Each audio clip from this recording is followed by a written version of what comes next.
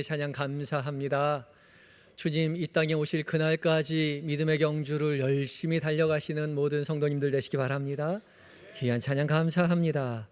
오늘 2024년 마지막 주일 이렇게 오후 찬양 예배를 은퇴식을 포함해서 함께 드릴 수 있음이 참 우리에게 기쁨인 것 같습니다. 참 뜻깊은 시간이죠.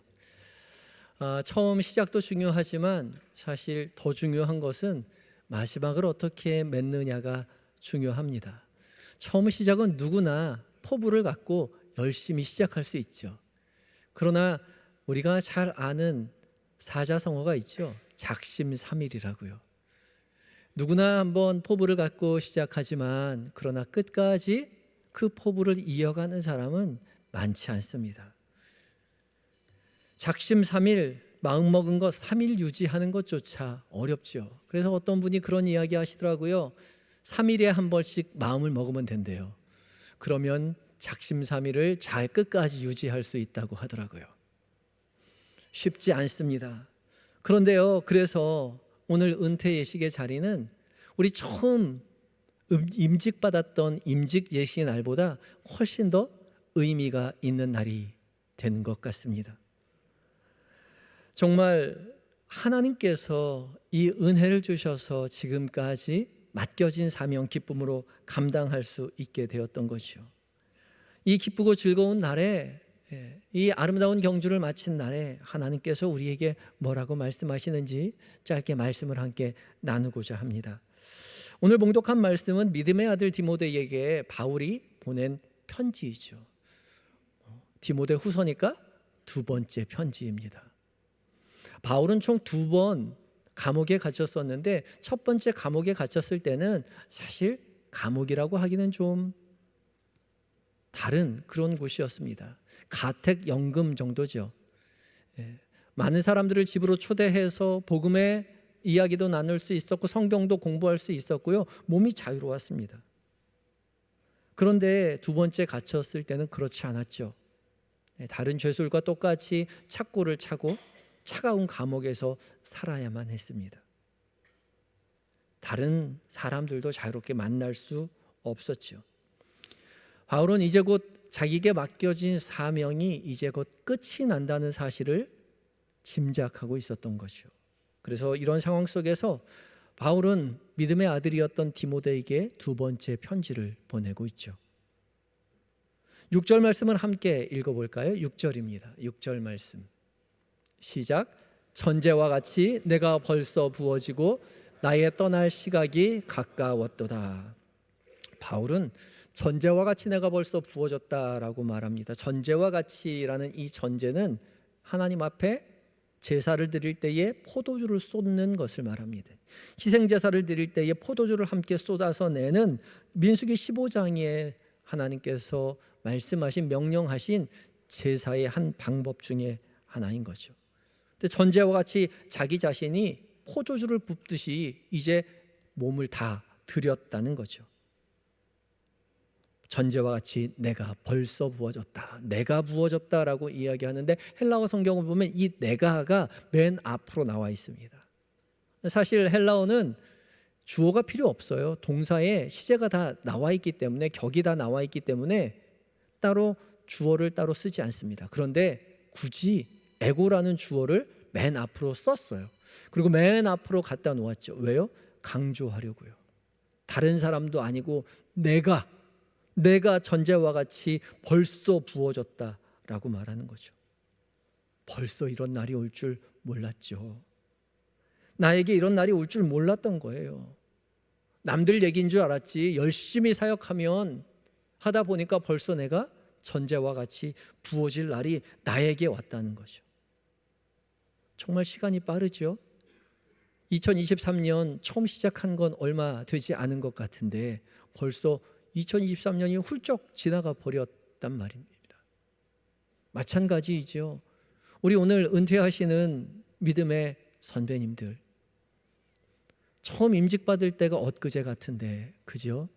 그때 저고리 입고 젊었을 때 건강한 모습으로 하나님 앞에 임직하고 사람들에게 축하받았던 게 엊그제 같은데, 그 두렵고 떨린 그 무릎 꿇은 그 기도의 그 순간이 벌써 금방 지나갔다는 거죠. 그리고 시간이 벌써 빨라서 이제 은퇴할 나이가 되었어요. 야, 임직하던 날이 엊그제 같은데 벌써 은퇴라니요. 은퇴 권사, 은퇴 안수집사, 은퇴 장로는 머리 하얗고 허리 이렇게 굽어가지고 매일 맨 앞자리에 앉아있는 그런 할머니나 은퇴하는 사람인 줄 알았지. 나는 아직 젊고 아직 건강하고 아직 교회에 맡은 일도 얼마든지 더 할 수 있을 것 같은데 벌써 70이 돼서 은퇴할 나이가 되었다고요. 야, 정말 섭섭한 마음 금할 길 없죠. 누가 그렇게 얘기하더라고. 시원섭섭하다고요. 시원하긴 한데 섭섭한 거죠. 섭섭하긴 한데 시원하기도 한 거예요. 그런데 바울이 그 고백을 하고 있죠. 다른 누구도 아닌 나에게 벌써 전제와 같이 부어질 날이 왔다고요. 바울은 이 떠날 시간에 순간에 세 가지를 디모데에게 이야기해 주고 있습니다. 7절 말씀 함께 읽어볼까요? 7절 말씀이요. 시작. 나는 선한 싸움을 싸우고 달려갈 길을 마치고 믿음을 지켰으니. 아멘. 세 가지를 말하고 있는데 나는 첫 번째 선한 싸움을 싸웠다. 이 싸움이라는 것은 전쟁을 의미하는 단어인데요. 그만큼 치열하게 살아왔다는 거죠. 누구보다도 치열하게 복음을 전쟁처럼 복음을 증거하며 전도하며 말씀 전파하며 살아왔다는 거죠. 이 바울의 고백이요, 사실 오늘 은퇴하시는 모든 장로님, 안수집사님, 권사님의 고백이기도 할 것입니다. 누구보다도 열심히 교회에서 맡겨진 사명 충성하며 지내오셨죠. 돌이켜보면 그 열심히 섬겼던 날들이 주마등같이 스쳐 지나갑니다. 아무도 오지 않았는데 권사니까 와야 된다고 해서, 옛날에 집사였을 땐 안 가도 됐는데 권사니까 어쩔 수 없이 가고, 권사니까 어쩔 수 없이 기도하고 교회 청소하고 전도하고 누구보다 열심히 직분 때문에 섬겼죠. 집사 때는 몰랐는데 권사가 되니까 왜 이렇게 권사를 불러대는 데가 많이 있어요. 장로가 되니까 왜 이렇게 챙겨야 될 때가 많이 있어요. 안수지급사가 되니까 왜 이렇게 돌아보아야 할 곳이 많이 있어요. 직분 때문에 게으르게 살 수가 없어요. 누구보다도 열심히 수고하고 봉사하며 지금까지 살아왔죠. 근데요, 열심히 살아도 누구 하나 잘했다고 해주지 않아요. 권사가 그 정도는 해야지, 장로가 그것도 못해? 옛날에 우린 더 했어. 옛날에 우리는 뜨거운 물도 안 나왔다. 너희는 뜨거운 물도 나오지 않아? 불때 가면서 옛날에 그렇게 봉사했노라고 이야기해요. 그러니까 아니, 열심히 하긴 하는데 칭찬해 주는 사람이 아무도 없어요. 예전보다 더 열심히 살아가지만 칭찬해 주는 사람이 없어서 서운하긴 하지만 그렇다고 안 할 수가 있나요? 권사고 안수집사고 장로인데 더 열심히 봉사해야죠. 옛날에는 열심히 봉사하고 직분자면은 존경이라도 받았죠. 어디 가서 권사라고 하면요, 어디 가서 장로라고 하면요, 어디 가서 안수집사라고 하면요, 사회에서도 정직한 사람이라고 인정받았어요. 근데 요즘 그렇지 않죠. 어디 장로라고 가서 어디 가서 내가 한영교회 장로입니다 하고 떳떳하게 이야기 못해요. 한영교회라서 못하는 게 아니라 요즘 사회가 그래요.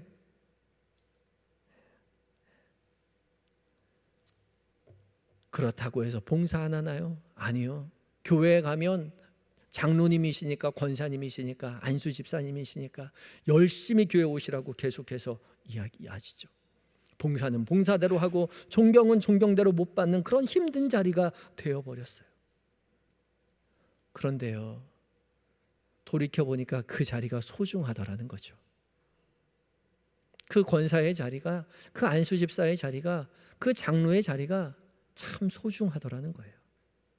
그것 때문에 치열하게 살았어요. 그것 때문에 전쟁처럼 선한 싸움을 싸워왔던 거죠. 그러고 보니 그 직분이 우리를 하나님 앞에 붙들어 매고 있었던 거죠. 권사이기에 더욱더 열심히 기도할 수밖에 없었고, 안수 집사이기에 열심히 봉사할 수밖에 없었고, 장로이기에 하나님의 나라를 위해서 충성할 수밖에 없었다는 거죠. 그래서 직분은요, 우리 신앙의 디딤돌인 겁니다. 하나님께서 더 깊은 자리로 나아가기 위한 신앙의 디딤돌로 우리에게 맡겨주셨어요. 그 디딤돌 열심히 딛고 열심히 치열하게 섬기다 보니 벌써 은퇴할 때가 됐다는 거죠. 시간이 이렇게 지나는지 빨리 지날 줄 알지 못했어요. 그래서 바울은 두 번째로 이렇게 고백합니다. 달려갈 길을 마쳤다고요. 달려갈 길을 마쳤다라는 것은 운동 경기를 쓰는 용어입니다. 마라톤 경기와 같은 경주 코스를 말하는 말인데요, 이 달려갈 길을 마쳤다라고 하죠. 이 테텔레카라는 마치다라는 말은요, 텔레오라는 어원에서 나온 말인데, 텔레는 항상 말하지만 종착역에 도착하다, 목적지에 도달하다라는 뜻을 가지고 있어요. 멀리 있는 그 자리, 멀리 있는 그 종착역에 드디어 도착하는 거죠. 멀리 있는 목적지에 드디어 도달했다는 거예요. 달려갈 길을 다 마쳤다는 말은 멀고도 긴 믿음의 코스를 이제 완주했다는 거죠. 그 사명 이제 끝이 났다는 겁니다. 우리 사명의 길은요, 100m 달리기인 것 같지만 아니요, 42.195km의 마라톤에 비유되는 거죠. 그래서 빨리 달리는 것도 중요하지만 포기하지 않고 달리는 것이 더 중요합니다. 마라톤 경기 해보셨습니까? 잘 못 해보지요. 기껏해야 우리 고등학교 때 800m 달리기 하고 1km 달리기, 1000m 달리기 하지 않아요? 그것만 뛰어도 죽을 것 같아요. 그렇죠? 제가 5km까지는 뛰어봤는데, 제가 그래도 달리기는 좀 하는 사람인데 5km 달리는 거 정말 어렵더라고요. 근데 달리기를 잘하는 요령이 있습니다. 달리기를 잘하는 요령이요. 어떻게 하면 달리기를 잘할까요? 포기하지 않으면 돼요. 포기하지 않으면 결국은 도착지에, 종착역에 도착하게 되어 있습니다. 포기하고 싶죠. 당연해요. 힘들거든요. 근데 포기하고 싶은 그 순간에 포기하지 않으면 끝까지 완주할 수 있는 거죠. 선을 행하되 낙심하지 말지니 포기하지 아니하면 때가 이름에 거두리라. 주님 우리에게 말씀하시고 계신 거죠. 우리 오늘 9분의 은퇴하시는 권사님, 안수집사님, 장로님들 포기하지 않고 끝까지 완주해 주셔서 감사합니다. 섬기다 보면요, 누구나 포기하고 싶은 순간이 있어요. 당연하죠. 열심히 일하는데 아무도 알아주지 않거든요. 열심히 일하는데 사람들이 오히려 오해하거든요. 내가 내 시간 내서 내 돈 들여서 교회 봉사하는데 내가 저 사람한테 이런 대우를 받아야 돼? 기분 나쁘죠. 다 때려치고 포기하면 쉬울 것 같지만 아니요, 포기하지 말아야 되는 거예요. 그 순간 견디어 내야 하는 거죠. 그래야 완주할 수 있고, 그래야 면류관을 얻을 수 있습니다. 그리고 끝까지 견디고 완주하면 그제서야 알게 되는 거죠. 포기하지 않길 잘했어. 끝까지 견디길 잘했어. 그렇게 고백하게 되는 겁니다. 그래서 바울은 세 번째 고백을 합니다. 뭐라고 하냐면 믿음을 지켰다 말하죠. 참 귀한 표현이에요. 당연히 열심히 전도하고 봉사하면 믿음이 따라올 것만 같은데 바울은 굳이 믿음을 지켰다라고 따로 이야기하죠. 달려갈 길을 마치고 믿음을 지켰어요. 선한 싸움을 싸우고 달려갈 길을 마치고 믿음을 지켰다라고 따로 얘기해요. 열심히 전도하고 열심히 봉사하면 믿음이 없을 수 없는 것 같이 보이지만 아니요, 봉사해보면 알아요. 그렇게 열심히 봉사하는 거하고 믿음을 지키는 거하고는 다르죠. 중직자로서 교회에 열심히 헌신하다 보면 시험 들 거리가 너무나 많아요. 그리고 교회에 오는 게 열심히 은혜 받기 위해서 교회에 오기보다는 일하기 위해서 교회에 올 때가 더 많아요. 그러면 예배 시간에는 설교가 귀에 안 들어와요. 끝나고 빨리 회의해야죠. 예. 그리고 사람들 보면 반갑게 인사하기보다는 저 사람이 회비를 냈나 안 냈나? 예. 이번에 야유회 갔는데 저 사람 가나 안 가나? 그 생각이 먼저 나거든요. 그럴 수밖에 없어요. 그래서 중직자로서 믿음을 지킨다는 게 더 어려워요. 교회에 중직이 되면 될수록 더 어렵습니다. 목사가 더 어려워요. 목사든 교회로 출근을 하잖아요. 얼마나 어려워요. 거룩함을 지켜내는 것은 중직자의 몫입니다. 믿음을 지켜야 하는 것이죠. 마태복음 7장 21절에 예수님이 그런 말씀 하시지 않아요? 주여 주여 내가 주의 이름으로 선지자 노릇하고 내가 주의 이름으로 귀신도 쫓아내지 않았습니까? 내가 주의 이름으로 권능도 행하지 않았습니까? 그때 예수님 뭐라고 하셨다고요? 내가 너희를 도무지 알지 못하니 불법을 행하는 자들아 내게서 떠나가라, 그렇게 말씀하셨어요. 아니 난 전도도 하고 권능도 행하고 선지자 노릇도 했는데 불법을 행했다니요? 하나님은 알고 계셨던 거죠. 선지자 노릇도 했고 정말로 귀신도 쫓아냈고 권능도 행했지만 그의 마음의 중심에 믿음이 없다는 사실을 알고 계셨다는 거예요. 우리가 중직자로 교회에 열심히 섬겨 나아갈 때에 우리가 믿음이 해이해지면 그런 일들이 안 되면 좋은데 그렇지 않다는 거예요. 우리의 교회에서 중직자로서 열심으로 섬겨내면서 결과물이 좋을 수 있지만 그것과 믿음은 별개의 사실이라고 하는 거죠. 그래서 바울은 굳이 따로 이야기하는 거죠. 내가 믿음을 지켰다고요. 그것이 자랑인 거죠. 그래서 우리는 스스로 돌아보아야 하는 거죠. 내가 믿음을 지키고 있는가? 내가 믿음을 지켜왔는가? 안수집사로, 권사로, 장로로 열심히 교회 봉사하면서 내가 믿음을 지키기 위해서 노력해 왔나 돌이켜 보아야 하는 것이죠. 그리고 우리 믿음의 후배들에게 나도 선한 싸움을 싸우고 달려갈 길을 다 마치고 믿음을 지켰다고 떳떳하게 말할 수, 고백할 수 있어야겠죠. 이 고백이 오늘 은퇴하시는 모든 항존직 직분자들과 그리고 또한 이 자리에 함께 예배하는 교회를 섬기는 모든 성도님들에게도 있어야 할 것입니다. 바울은 3가지를 말했어요.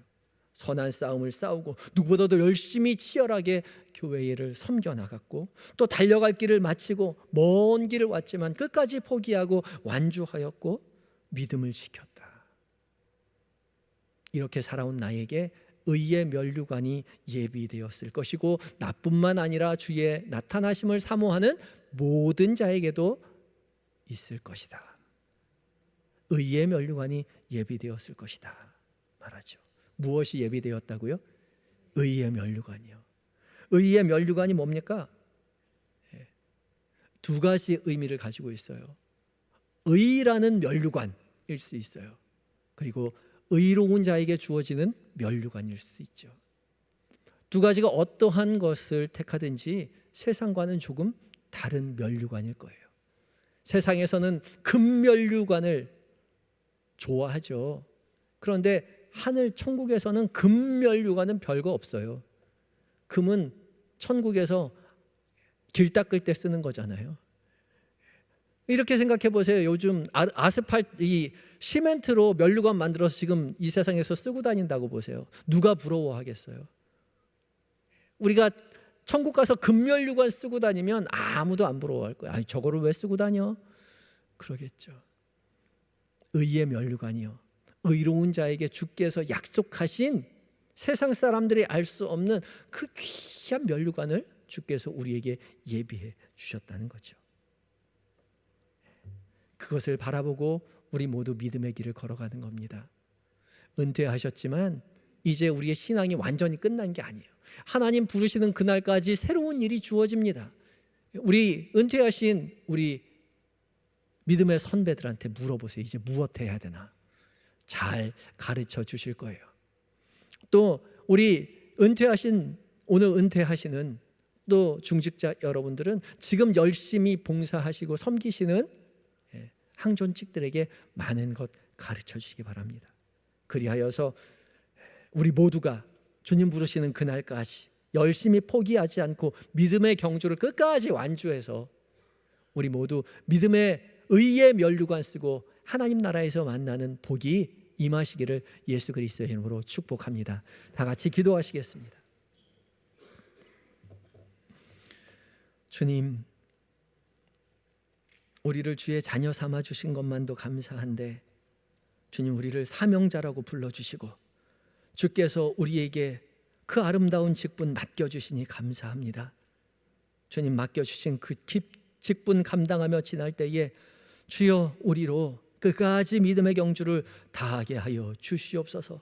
선한 싸움을 싸우고 달려갈 길을 다 마치고 믿음을 지키어 우리도 바울의 고백처럼 우리에게 의의 면류관이 예비되었다라고 고백하는 은혜의 삶 살아가게 하여 주시옵소서. 특별히 오늘 은퇴하시는 직분자들을 위하여 기도합니다. 주여, 맡겨주신 사명 기쁨으로 감당하게 하시니 무한 감사합니다.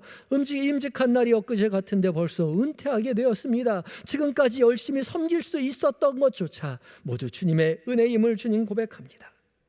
주님, 영광 받아 주시옵시고 이 일을 통하여 더욱 믿음이 더욱 공고해지고 더욱 주님을 사랑하게 되었으니 그것으로 주 앞에 감사하며 의의 면류관을 기대하며 믿음의 길 걷게 하여 주시옵소서. 주님, 맡겨주신 직분 이제 은퇴하지만 주님 천국 부르시는 그날까지 여전히 주의 종이오니 주님 뜻대로 사용하여 주시옵시고 이전보다 믿음이 더욱더 강건하여지고 돈독하여져서 성숙한 믿음의 사람으로서 더 열심히 교회를 섬기고 존경받는 믿음의 어른으로 서게 하여 주시옵소서. 죽기까지 순종하여 믿음의 본을 보이신 예수님의 이름으로 기도드립니다. 아멘.